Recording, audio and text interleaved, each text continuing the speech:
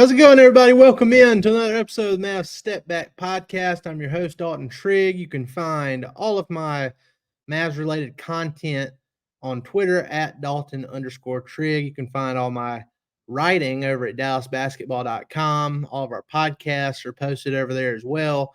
And be sure to go like, rate, and subscribe on all your favorite podcast platforms. If you watch us on YouTube, be sure to hit that subscribe button there. Leave us some comments, any kind of takes you have from these episodes we post. If you disagree, if you agree, if you want to add anything to it, leave us some comments. We love that. And we'll be sure to, respond back to you, give you a like as well. So join the conversation. If you have anything to say, head over to YouTube and let us know about it. But I really appreciate you guys for all the support you've given to this podcast over the last, it's been 5 years now. And it's really kind of gotten to the point where it's really unbelievable to me that we've grown as much as we have. So I really appreciate you guys. I hope, we continue to meet your expectations as far as, quality and quantity, because we are always trying to stay on top of it and bring you as much Mavs content as humanly possible without without completely burning out. I know there's some people out there that do daily pods. I'm not sure how people do that unless that's just their full-time job. But to have like multiple other jobs going once or twice per week, I feel like we're doing a pretty good job over here. So really appreciate all y'all's support. It's a fun time to be a Mavs fan. They made the big trades for PJ Washington and Daniel Gafford before the deadline last week. They're 2-0 now since that trade deadline. They've won a season high 5 games in a row, branching back 3 games before the deadline happened. And, that coincided with Kyrie Irving returning to action. So everything's kind of clicking. Now, look, that last game, they played the Washington Wizards on Monday night. Very ugly. Very ugly. It was one of those games. I said it on Twitter as the game was starting to come to a close that it was arguably the most annoying game of the season. The Mavs, they did not look great. They were missing a bunch of shots. In the first game after the trade deadline, Jason Kidd had Gafford and Washington coming off the bench about halfway through the first quarter for their debuts. And then in this game, they started. And it just kind of threw off the rotations a little bit. You could tell that everybody was just thrown off a little bit. They just weren't playing the way they needed to be. Tim Hardaway Jr., he was incredibly rough in this game. Probably shouldn't have played in the second half, but Jason Kidd finally made that adjustment and benched him for the final, I think, 9 minutes of the fourth quarter, and that coincided with the Mavs going on a 30-9 run, or 30-11 run to end the game and win the game, because at about the 10-minute mark of the fourth quarter, the Mavs found themselves down 11 points to the lowly Washington Wizards, who are 9-44 now on the season. And things were looking really rough. Luka had to leave the game, got hit in the chin, had some stitches he had to get put in. He came back to the game, subbed in for Hardaway Jr. Daniel Gafford, he had an amazing night. So in just 24 minutes, he ended up with 16 points, 17 rebounds, 2 assists, 2 steals, and 5 blocks, all in 24 minutes. But, there were some defensive coverages that he missed in that, leading up to that final stretch in the fourth quarter. And Jason Kidd opted to, stretch the floor and leave Maxey in there to close the game over Gafford. Although Gafford had a tremendous night and was a huge reason for why the Mavs won this game, he was matching up with Marvin Bagley, and the Wizards didn't play Bagley down the stretch, and they were kind of taking advantage of Gafford and the drop coverage that was being played. So Kidd decided to pull Gafford, put Maxey in there, which ended up paying off. I mean, you got to give Kidd credit where credit's due. Now things have been frustrating with Tim Hardaway Jr. and the leash he's been given as far as his shooting, because he was he started this game 0 for 8 in 9 minutes. He got 9 shot attempts in 9 minutes. He led the Mavs with 12 shot attempts at halftime of that game. Just can't happen. Can't happen. He needs to have a shot counter, like a hard shot counter. If he starts out 0 for 3, take him to the bench. Try again later if you must, but you can't just let him stay out there and keep chucking, going 0 for 8, 0 for 9, and getting your team in a hole. We saw this trend recently in that Philadelphia 76ers game last week where the same thing. Hardaway started out 0 for 8. He stayed in the game. The Mavs found themselves in a 7-point hole at the end of that first quarter, and then Tim Hardaway Jr. didn't take a shot the rest of the game, only played like 9-10 minutes the rest of the game, and the Mavs won every quarter after that and won the game. So that's an interesting trend to keep an eye on, because overall I think Jason Kidd has been fine during this 5-game win streak, but there's just, I don't know if it's he's trying to keep from discouraging Hardaway, or I mean I get it. He's a veteran. He's like a 10 or 11-year veteran. He's been important for this Mavs team over the last handful of years. They've really relied on his 3-point shooting. They don't really have to rely on him as much now. And I don't know if it's just like a seniority thing with Kidd or what, but that's something that they're going to have to clean up, going toward the end of the season. Look, that doesn't mean you don't have to play him at all. Tim Hardaway will have his moments throughout the remainder of this season, maybe even in a playoff series where he'll have a game or two where he is hot, and he'll be a big reason for why the Mavs win a game or two. But you can tell fairly early on if Hardaway is going to have a major impact or if he's going to be a detriment to your team. And that was the case last night. You could tell very early on it was not going to be a Tim Hardaway Jr. night. And Kidd has to recognize that, and they're just going to have to pull him when that happens and play Hardy more. And that's another thing too. These lineups with Kyrie and Tim Hardaway Jr. and Jaden Hardy all playing together, that can't happen. That can't happen. And especially with Hardy and Tim Hardaway Jr., you can't play those two guys together. It can be one or the other. It cannot be both. So, it is what it is. All things considered, for the Mavs to shoot 25% from 3, let's see, they were 9 of 36 overall from 3. So 25% from 3. They had 16 turnovers on the night. They didn't get killed in the points in the paint, because that's the effect Gafford has had. Only lost by 2 in the points in the paint department. But all things considered, to not shoot the 3 well, to turn the ball over as many times as they did. I know it's a Wizards team that is not very good, but how many times in the past have the Mavs played a team that is beneath them record-wise, and they have a bad game, and it seems like the other team is making shots they normally wouldn't make, or there's just some bad defensive lapses, and it just snowballs, and the Mavs end up losing the game. That hasn't happened here lately. The Mavs have been pretty solid.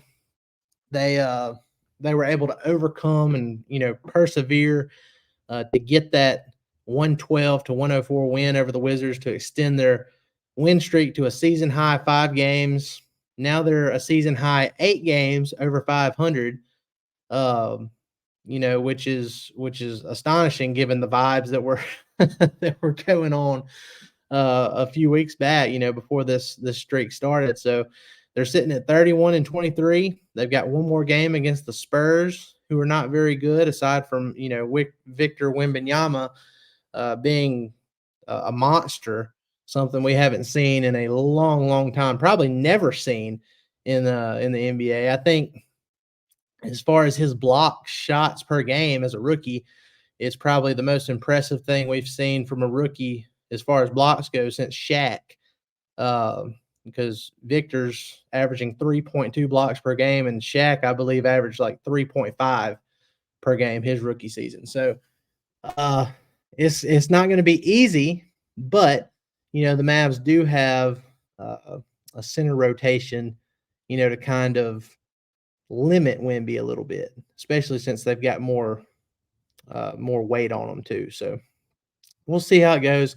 Gafford for sure will be playing in that Spurs game. I don't know about Lively. I feel like Lively's probably just going to they're probably just going to wait and bring him back after the AllStar break. Probably the same thing with Dante Exum. But yeah, we'll see how it goes. There's a very good chance the Mavs could be riding a 6-game win streak heading into the AllStar break, and then on the backside, coming out of the AllStar break, huge game against the Phoenix Suns.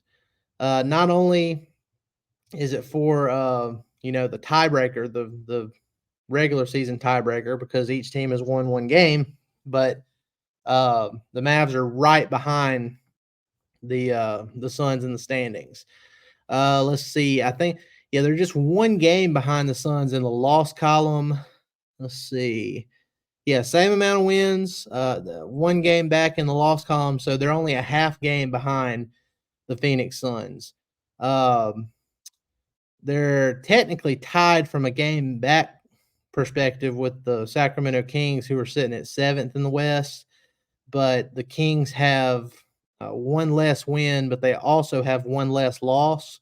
So their win percentage is slightly higher than the Mavs, which is why the Mavs still sit at 8th in the West. So despite that 5-game win streak, the Mavs have stayed at 8th in the West. So you got to keep winning. At some point, these teams above you are going to end up either playing you or playing teams that are also above you, and that's where you can make up some ground if you keep winning. So the Mavs, 31-23, 31 wins, 23 losses. There's 28 games left.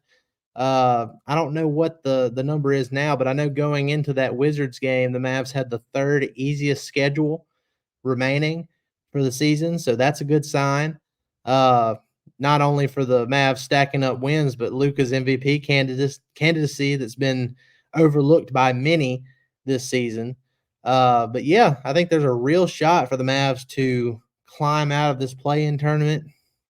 They tied the season series with the New Orleans Pelicans, and let's see. Yeah, they tied it with the Pelicans. They have a chance to win it against the Phoenix Suns, and then they have 2 huge games that they'll play.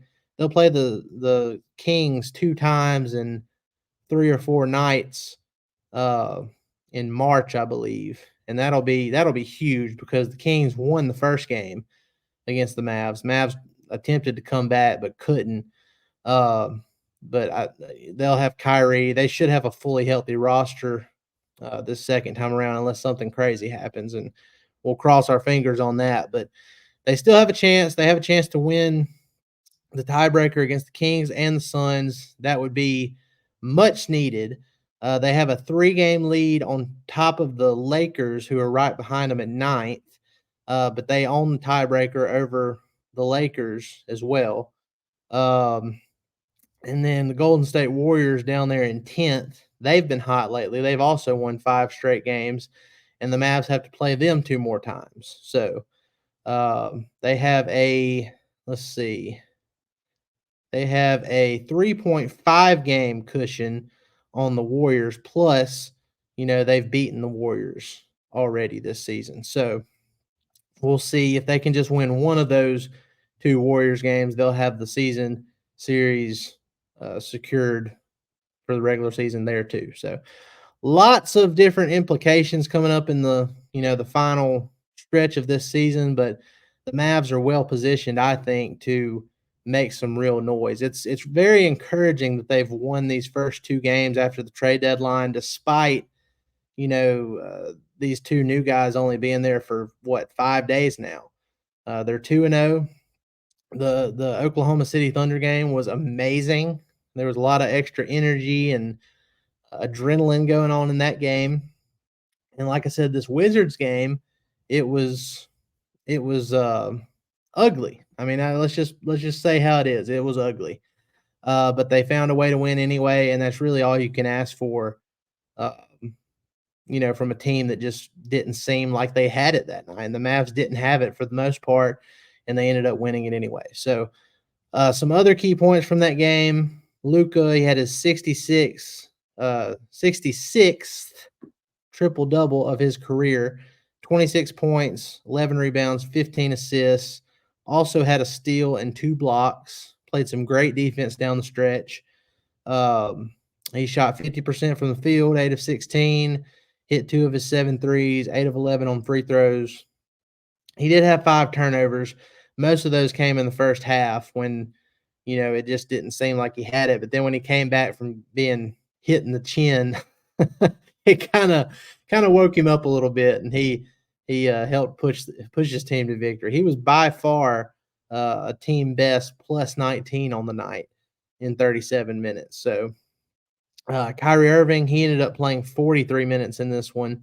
He also had 26 points to go with 7 rebounds, 4 assists, and he also had 2 blocks. And he shot 10 of 19 from the field. We already talked about Gafford and his massive double-double. Josh Green continued his really good play, had 13 points, 4 rebounds, 2 assists, 2 steals, and a block. Shot 5 of 8 overall in 29 minutes. That's the kind of consistency you like to see from Josh Green.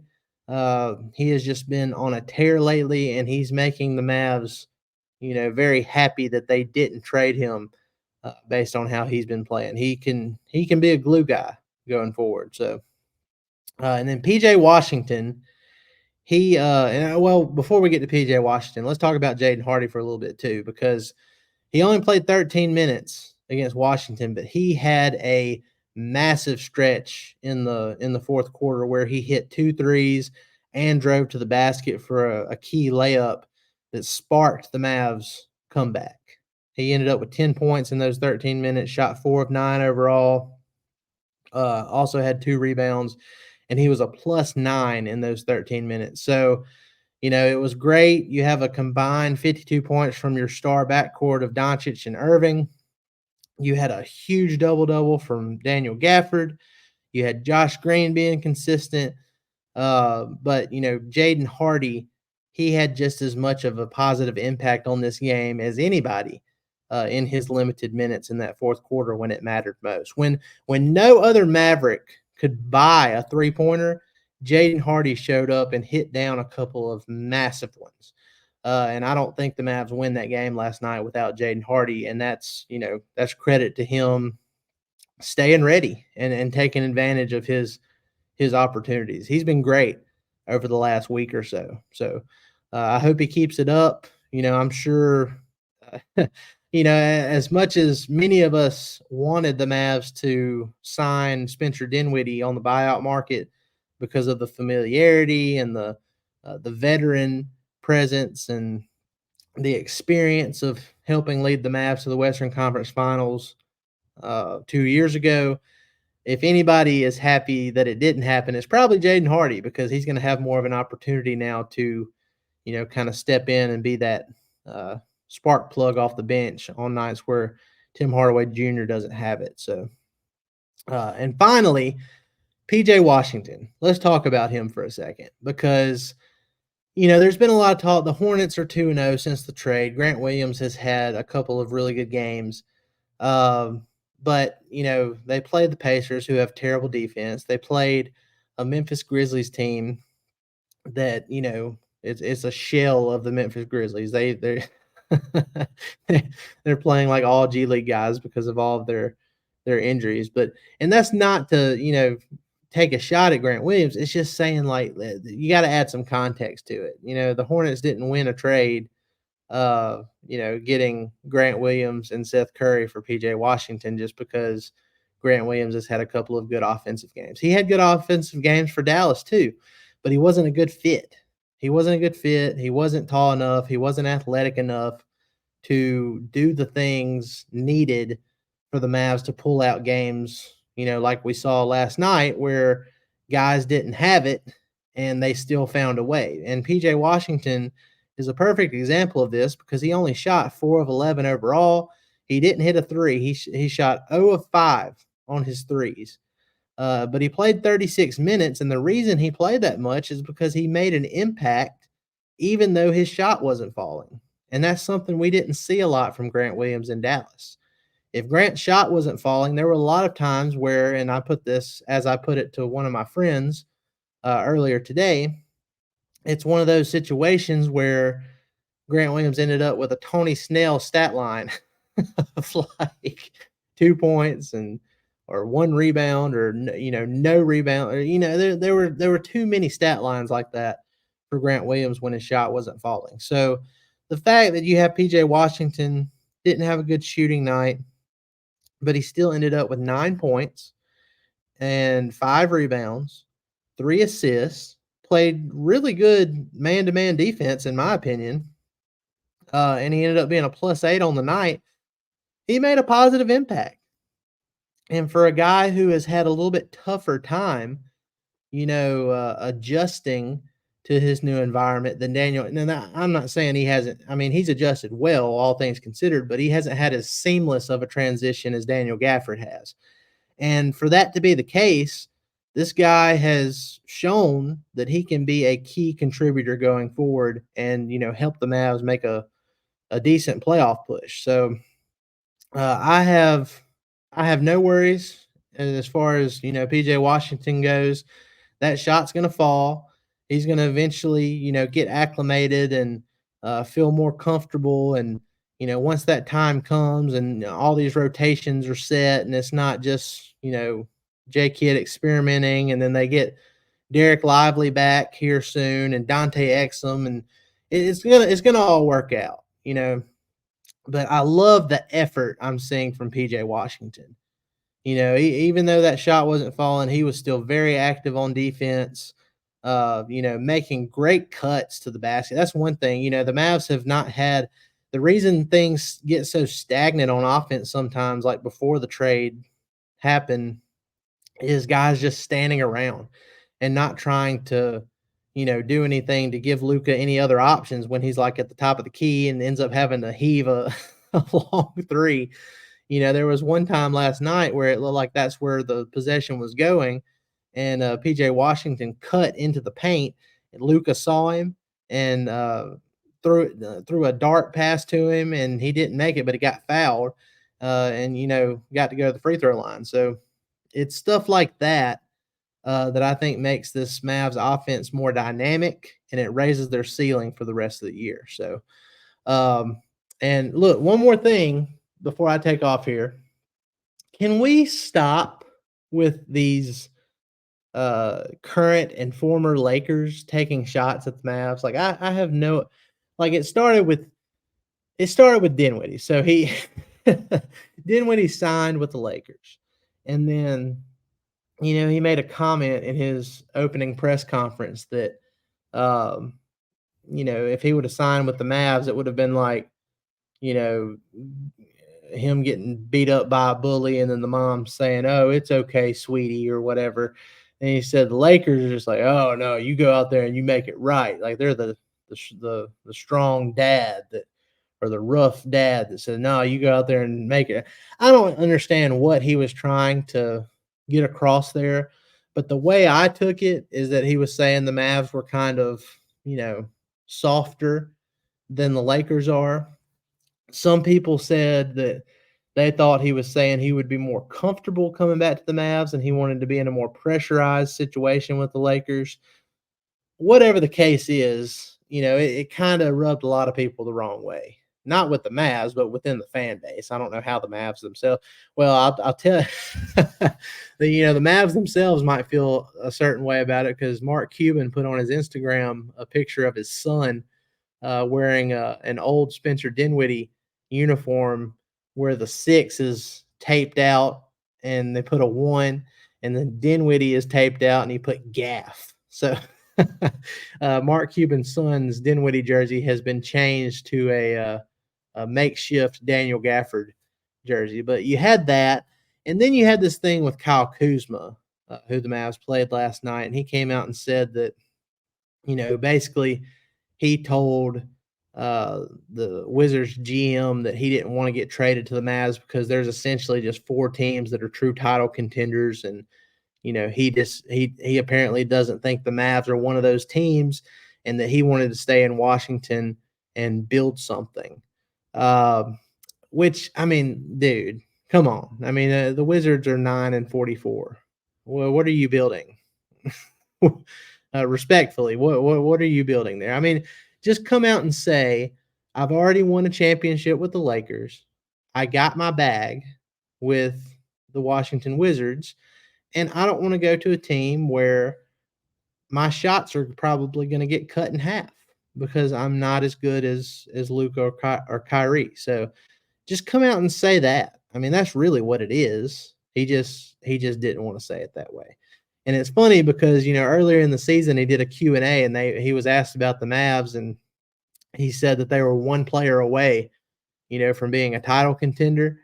And then after these recent comments that conflicted that, people called him out about it on Twitter, and he ended up deleting that tweet that he sent out earlier this season. So Kyle Kuzma is feeling the pressure a little bit right now after conflicting himself. But I mean, look, I don't understand where all this, superiority complex stuff is coming from, this Mavs versus Lakers debate, because I mean, the Mavs before the trade deadline beat the Lakers 2 out of 3 times.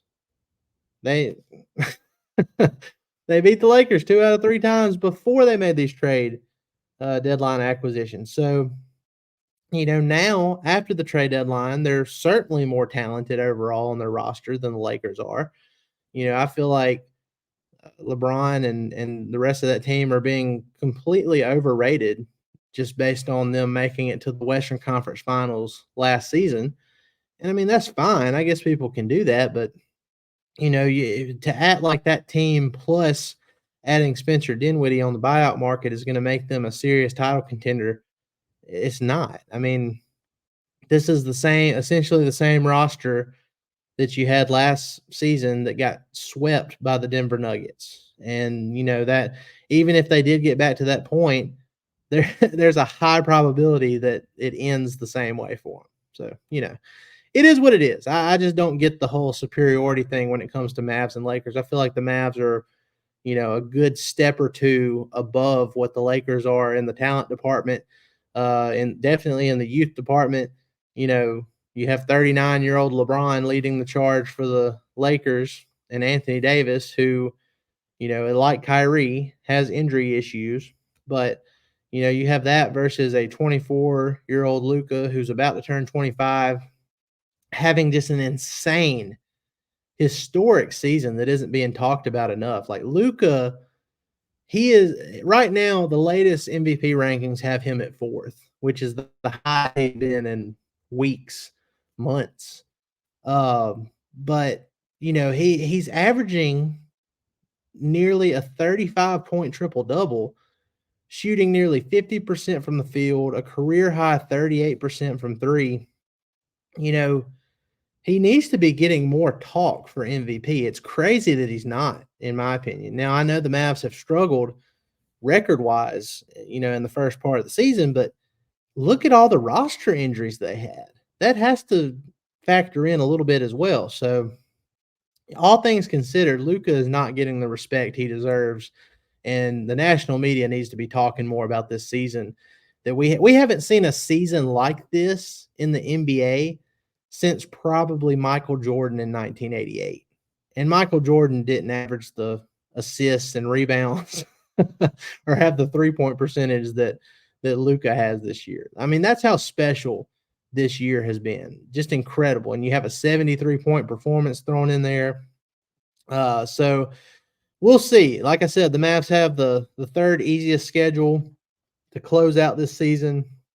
You know, I asked the question on Twitter the other day, how many games do the Mavs have to win to give Luka a true shot at winning MVP with his outstanding averages? Just crazy averages. Outstanding, outstanding averages. And most people said that the Mavs need to win 50 games for that to happen. And I tend to agree with that. And for that benchmark to be reached, the Mavs have to go 19-9 the rest of the way. And if they beat the Spurs on Wednesday night the way they're supposed to, they'll have to go 18-9 the rest of the way to get to 50 wins. And I think that's doable with this schedule and given the talent influx this team has had. So we'll see. We'll see. The Mavs, I think they're in a good place. They're only going to get better, after the AllStar break when they get it. I don't think any team in the league, especially like a playoff team, I don't think any team in the league is ready for the AllStar break like the Mavs are. They need an extended break, not only just to get completely healthy finally, but to also get the new guys even more integrated and, where they're not just learning on the fly. So all of that considered, I think they'll be great coming out of the All-Star break, and they'll be ready to finish this thing off strong. And if they do, then I think Luka is going to be your MVP. I just don't see how you can argue against his production if the win total, matches and the Mavs end up getting in the top 5 of the Western Conference before the end of this season. So, guys, I appreciate y'all joining me and listening to me rant for 30 minutes now. I went a lot longer than I thought I would, but again, be sure to like, rate, and subscribe. Hit subscribe on YouTube. Leave us comments. What do you think about Luka's MVP candidacy? How many games do the Mavs have to win to give him a legitimate shot of winning the award? Do you think the Mavs are going to end up climbing out of the play-in? What do you think about PJ Tucker and Daniel Gafford so far? All of that stuff. Give me your takes, your opinions. Leave them in the comments. And, if there's anything else that you want to talk about specifically, leave that in there too, and we'll bring it up on the next episode. So, guys, appreciate it. Y'all have a great rest of your day. We'll see you next time.